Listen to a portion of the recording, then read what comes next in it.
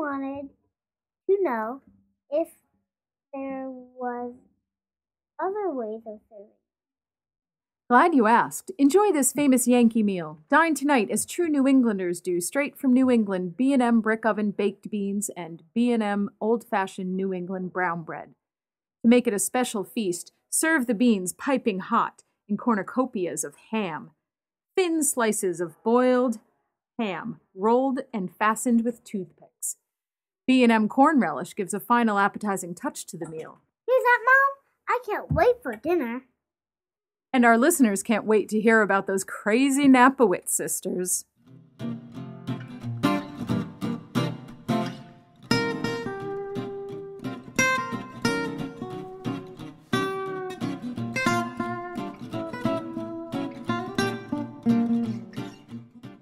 When we last left the sisters Knapowitz, their mother had just interrupted the rehearsal of Sally and her beloved Chauncey.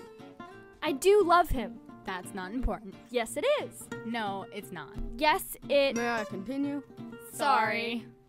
Their mother Bernice, a con artist, someone the girls thought they'd never see again, showed up claiming she was the Queen of Fredonia, which confused the girls since there is no such...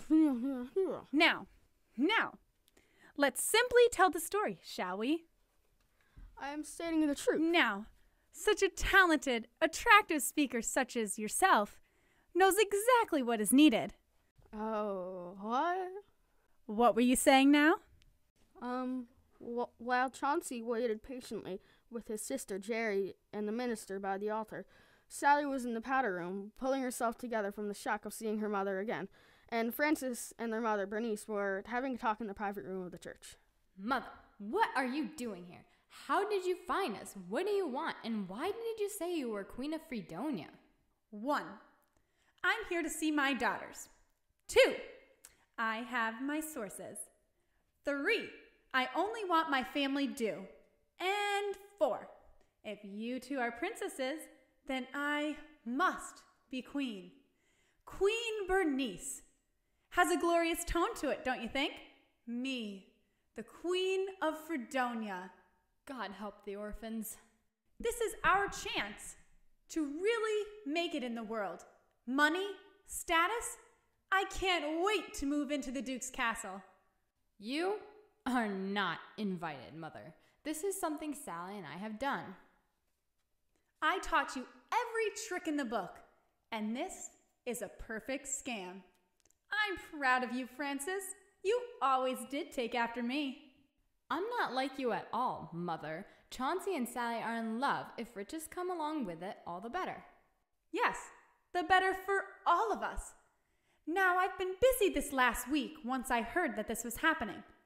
This marriage doesn't have to take place at all. Sally doesn't know what she wants. Who wants to stay with one man anyway? What did you do now? I've drawn up a legal, binding, premarital contract that Sally and Chauncey will sign that looks like it's all about the future heirs of his estate in Flan.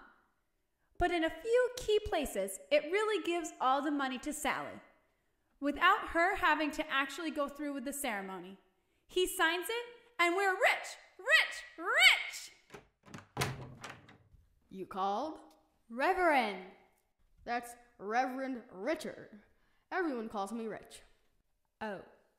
I've got a baptism at 3, so if you could finish this rehearsal. Of course. Oh no, I don't think I can make Sally do this with Mother's new scheme. Good, Francis, you're here. The Duke is here. Where's my darling Sally? I'm here too, and I need to say something. Not before Chauncey signs this paper. This document is very important to the future heirs of Fredonia. But I need to speak. You can speak while he signs. Here's a pen, Duke. This is for Sally? Yes. You want to marry her, right?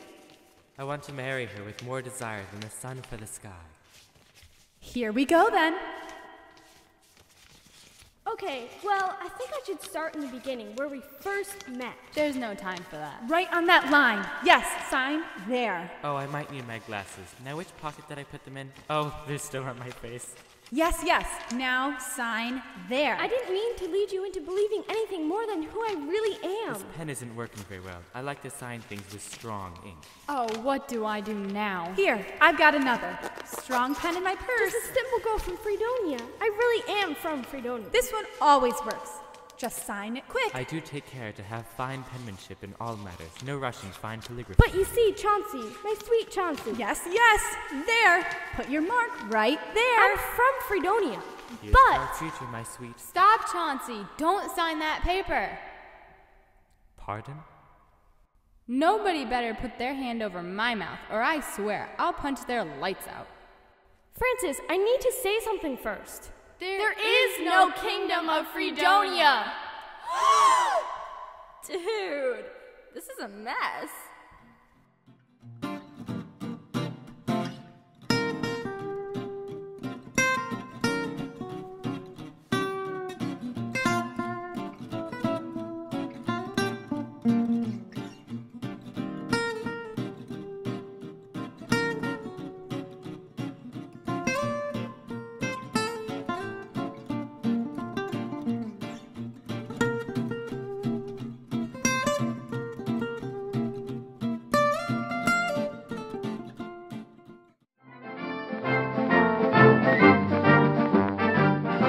And now, a special broadcast from WKMP.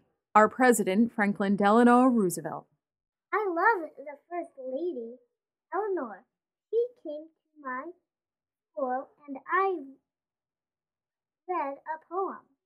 What poem? Beans are good for your heart.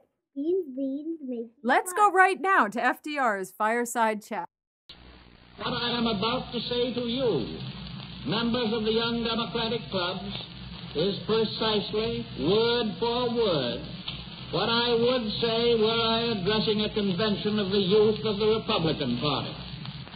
Party or professional leaders who talked to us 25 or 30 years ago almost inevitably spoke in a mood of achievement and of exaltation, that the job of youth was merely to copy them and thereby to preserve the great things that they had won for us.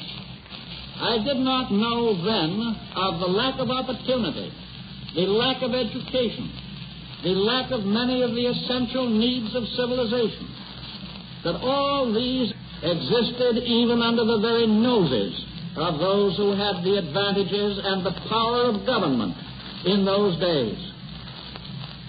I say from my heart that no man of my generation has any business to address youth unless he comes to that task not in a spirit of exaltation, but in a spirit of humility. There was a time when the formula for success in life was the simple admonition to have a stout heart and willing hands. A great new country lay open. When life became hard in one place, it was necessary only to move on to another. But circumstances have changed all that. Today we can no longer escape into virgin territory. We must master our environment. The youth of this generation finds that the old frontier is occupied, but that science and invention and economic evolution have opened up a new frontier.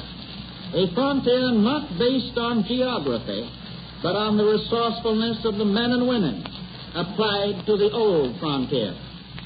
Your advancement, you hope, is along a broad highway on which you are not traveling alone, on which you are accompanied by thousands of your fellow men and women who are advancing with you. I, for one, am willing to place my trust in the youth of America.